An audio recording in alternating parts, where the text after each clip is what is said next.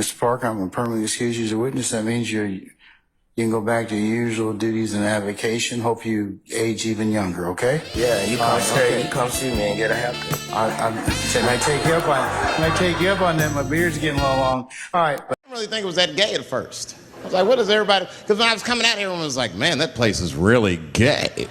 Sir, please don't discuss your testimony by anybody except the attorneys in this case, okay? Yes, sir. All right, thank you, sir. Yes, sir. Thanks for coming out, and thanks for making a nigga feel comfortable in the gayest place on earth. Whew. All right, man. This about to get a little interesting. Check this out. Number 44 and 45 are out this way a little further with the bullet fragments. Where was the large majority of the shell casings and bullet fragments for this particular crime scene located?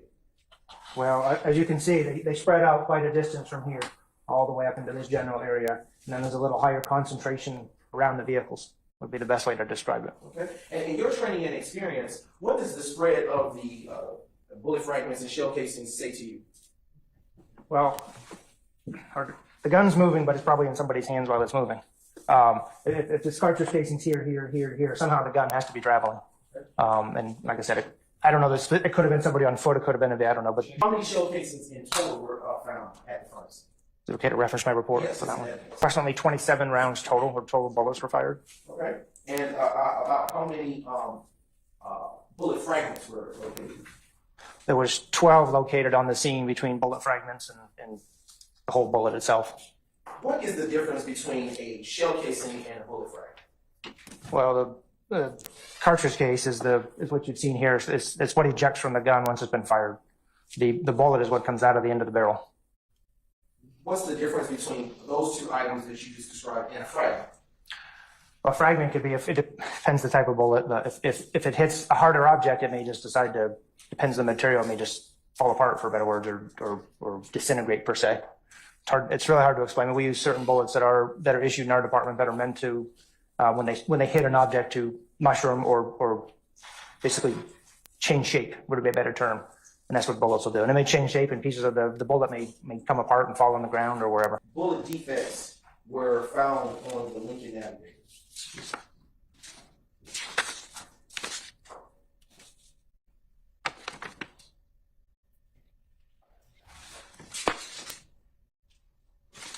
Just 6. Right. How many bullet defects were found on the Chevy Tahoe? 9. How many bullet defects were located on the minivan?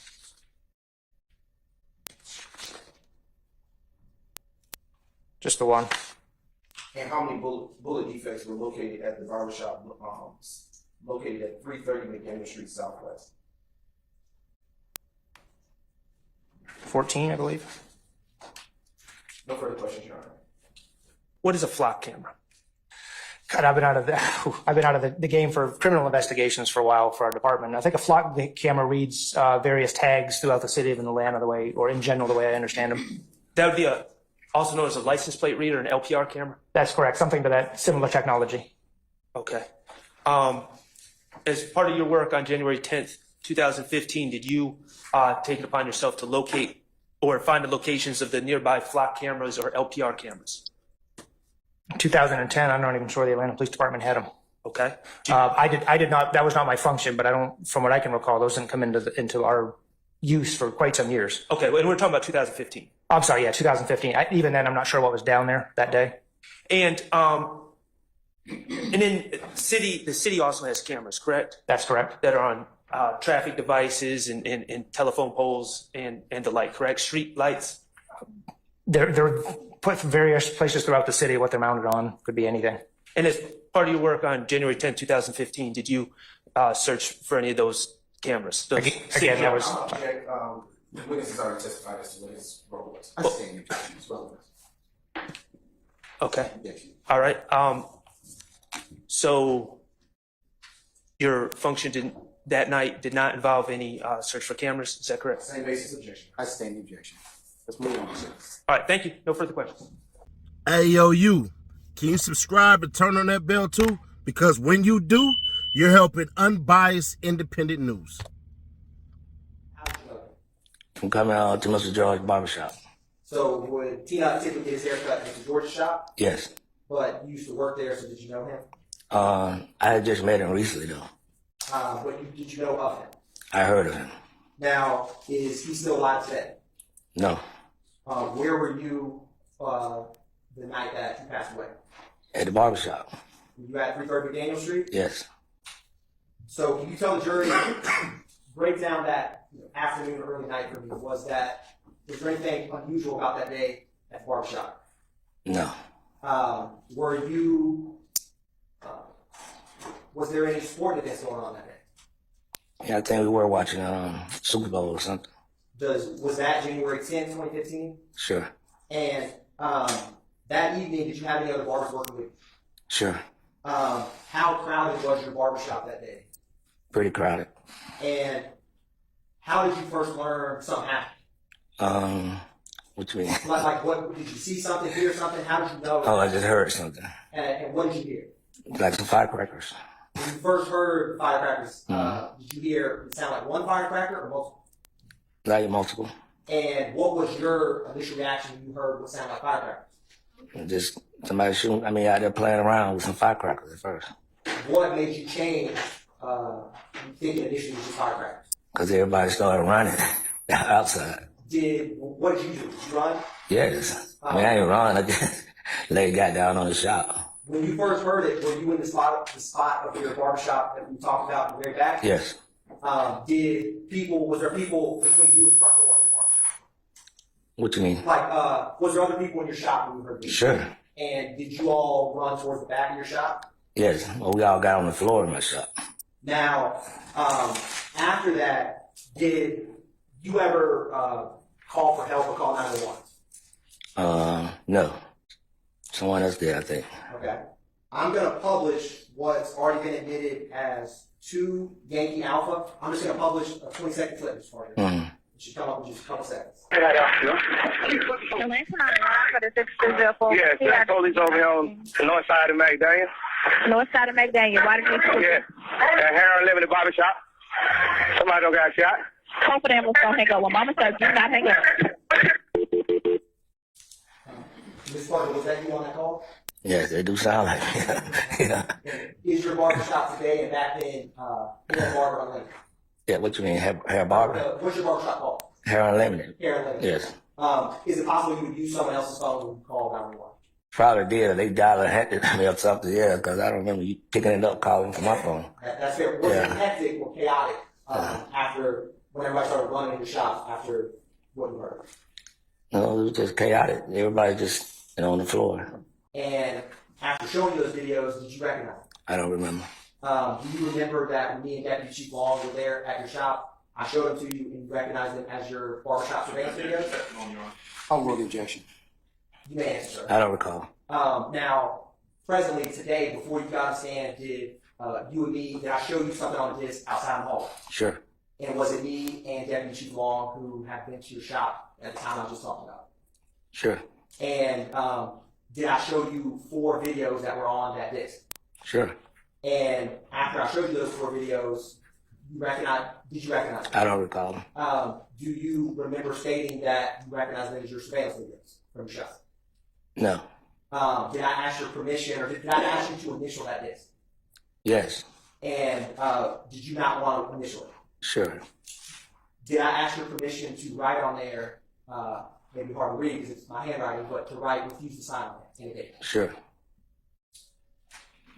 Now, with what you did review, regardless of the date, was it your barbershops on those videos I showed you?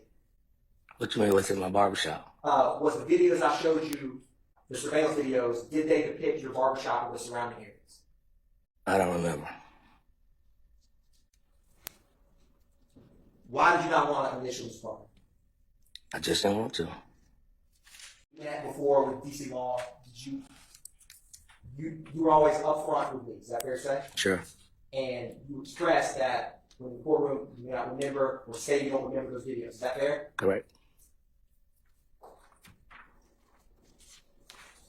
And just a couple questions about what you know about what happened on the evening of January 10th, 2015, okay? Sure. You were there that night. Yes. There were other people in the barbershop, right? Yes. there was a game on, Sure. football game. Probably wasn't the Super Bowl since it was early There was some, January. yeah. One of the playoffs, I guess? Playoffs, probably, yes. Okay. All right. Probably a game where Dallas is probably losing. So, right. Did you ever go outside when, I mean, I presume things kind of subsided after a while. You stopped hearing any firecrackers or shots or anything like that? Yes. You didn't go outside, did No. you? Okay. It is fair to say that you heard your voice. Okay.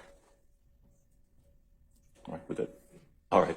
You heard your voice on a 911 tape. Sure. Short, you called the police, and I think I heard you say, look, send the police, somebody done got shot. Yeah. All right. Now you didn't actually see anyone. Yeah, they went in the shop saying somebody got shot. That's what people inside were saying. No, there were people from the outside running in my shop trying to take cover. Okay. Yeah. So that's a question. That's the question that I got for you. Yeah. Step over here. There's a lot of commotion. Correct. But you're not in a position to really say to the jury or to tell us really what's going on outside, just that there's shots and there's some commotion out there. Right. You didn't see what was going on before you started hearing the shots, right? No. Okay. And immediately after the shots, you didn't see what was going on out there either. Correct. You wouldn't be in a position to describe any vehicles that were outside at the time. True? No. How many vehicles were outside at the time? No. How many people were around the parking lot or the area outside? We don't know that from what you saw. Correct. Okay. It's clear that after the fact, you come to realize that there are shots that have been fired, and the barbershop had been hit by some of those shots. Correct. Okay. And your cameras outside and inside of the shop. Sure. Sometime after all of this commotion went down, the police showed up. Correct. Do you remember them coming in the store, any police officers, detectives, anyone like that, and talking to you specifically? Now they came and talked to my dad. Okay. But not you? Well, they spoke with me. Okay. I'm going to guess that you really didn't have much to tell them other than what you just testified to a little while. Sure. Okay. In regards to the video cameras, were they talking to your dad about getting the footage from the video cameras? Sure. Or were they talking to you? My dad. Your dad. Right. Sounds like your dad was really the one who was kind of interacting with the cops the most. Yes. Okay.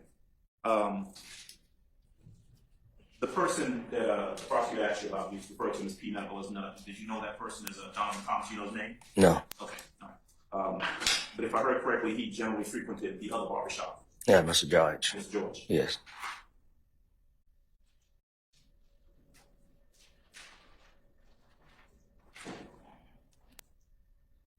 Okay. Do you know whether the police spoke to, other than you briefly and your dad, the other people who were there inside the barbershop? Folks getting a haircut, right. Folks who were there. Did you see the police interviewing or talking to those folks as well? No, I don't remember that. How long did you stay around after all this went down? Until it was over with. It was a crime scene, so I had to stay. Okay, so you were there until the cops left pretty Yeah, much? inside, yes. All right. All right, let's give out grades first. So, Mr. Charles, your lunch is ready, Brown. That lawyer, he gets an A- today. Why? Because they gave him the crappy witness, and he had to make it work, and he actually pulled it off. He was able to get through and sift through all of those pictures with enough time for us to get another witness in and get that witness excused. So I'm gonna give him an A-. Well, Nash, why wouldn't you give him just an A or an A+? You do it all the time for other people. You're a liar. But no, he only gets an A- because he should have been on the mic. His words would have been more impactful. He's lighter voiced. You know what I'm saying? He doesn't have a bass in his voice. So he's not able to project himself like that. You need people to fill your voice on that microphone because you're long-winded. He kept on and I'm like, bruh, come on, man. Come on, bro. Like, it's supposed to be 1, 2, 3. It ain't that hard to do, but he couldn't do that part. So he was able to do what? Establish what? That it was a drive-by. But Nash, why does that get an A-? That seems pretty good. I'll take an A- because I was bad in effing school and couldn't write an effing sentence. You know, whatever the hell they say in that song. Because all he had to do was go up there and prove a couple of things. One, that obviously there was a shooting. But two, that there was a drive-by. You got to remember, what did the DA say in the affidavit? What are the characteristics of the YSL criminal enterprise, right? The YSL criminal enterprise does drive-bys. So he was able to establish that part. Now, a lot of y'all going to be like, see, Seti Nash, I knew you was the DA. And you're right. You caught me, bro. Here's my badge. But either way it go, bro. Yeah, he went out there and he did his thing. The other dude, the white guy, I'm going to give him a B-. Why? Because one thing that he did was he literally brought up a witness who didn't need to be brought up. I'm fairly certain they told that man, we're going to subpoena you. We're going to take you to jail. Nigga, it wasn't even basically in front of their stuff. They just so happened to be innocent innocent bystanders, pardon me. It was a whole nother place. That was right there. A whole nother barbershop. And I'm thinking to myself, did the DA not notice? Y'all notice how Miss Love and I can't even think of the other woman right now, how they didn't do none of this stuff. They let these fools get the BS and all that stuff. So you're going to see probably Miss Love or the other lady. I swear, I don't know why I can't remember her name. But they basically going to get Thorpe. That's who they going to get. They're going to get Donovan Thomas' daddy. That's who they going to get. Bro, these BS witnesses, there was no reason for that dude to come in here today, besides flirt with the judge. Matthew will get a B+ because he was able to knock out a little bit of stuff, but it wasn't nothing worth putting it up there and stuff like that. He brought up fingerprints. And that was one of the things I'm thinking to myself, like, oh yeah, we're going to bring up fingerprints. But it turns out that wasn't Buddy's job. But since he was already a detective, he could already say, based off of his experience, hey, yeah, there is fingerprints and stuff like that, which he ultimately admitted to, that, yeah, you could find fingerprints on the shell casings and the bullet fragments. Y'all remember like Dark Knight when they was shooting the damn thing, and then he was like, "You're gonna pull fingerprints off of shattered ballistics." Y'all remember that damn scene in the movie? That's what it basically sounded like. Cause it was like, "Oh yeah, the technology that we have, shoot, you could damn near pull it from anywhere." And that's where the stupid ass DA again lost me again, because you shouldn't even mess with the fingerprints conversation. He basically came up and was like, "So about the fingerprints, can you pull fingerprints off that?" And the cop like, "With the technology we have today, basically yeah." And I'm thinking to myself, so now you know that when Detective Thorpe come up there, that's going to be a question. Mark my words about the fingerprints. It's not really that obvious. It's not really that difficult to tell. They're going to ask, were there forensics and fingerprints on that? And there's going to be a hell no. So there you go on that part. He already put it in the jury's mind, which is why he gets a terrible grade today. Weinstein, he gets an incomplete because I don't know what the hell he was doing. Short, he's going to mess around and get a B+ because the thing that the officers, the lawyers, the defense team is supposed to do is they're supposed to make the person, whoever the defense brings up, either look uneducated, incompetent, or flat out lie. So he drew a little bit of incompetency, but not that much, with basically his whole entire thing. When he finally had a gotcha moment, it wasn't boisterous enough. So what did we learn today? We learned that there was a shooting at Donovan Thomas, that they let off over 20 shots at that man, that it was a drive-by. Now, here's the biggest thing. Did they prove a pattern of behavior with YSL today? I had to say yes. At first, I'm like, damn, bro, we got to be honest, man. This seems like some BS, because if this is organized, then Lil Wayne stuff can't be organized, which I don't think that Lil Wayne stuff was an organized hit, because it has to be one or the other. If Lil Wayne's stuff was organized, then that means that Big Nuts stuff could not be organized. You get what I mean? It'd be impossible, because they knew Wayne was going to be there for a very long time. And on top of that, that never happened. So I'll leave it up to y'all, man. Share to keep your people aware. Subscribe, turn on the bell, stay notified. But as far as it goes, is the state now more proving their case? Just a little bit.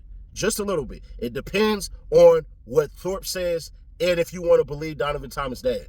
And I don't think anybody's going to believe his dad, and his dad could be 100% telling the truth, because you still have to be committed to your child. And that's the one thing that everybody is going to say, it's a natural bias and we're all right, but nigga, no. So we'll see. I'll catch y'all tomorrow.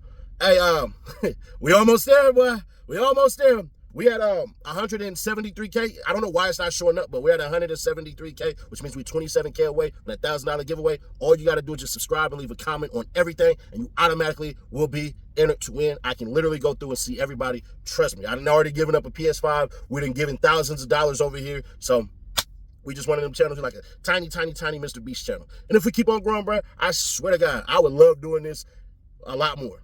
Trust and believe. But I'll catch you on the next one.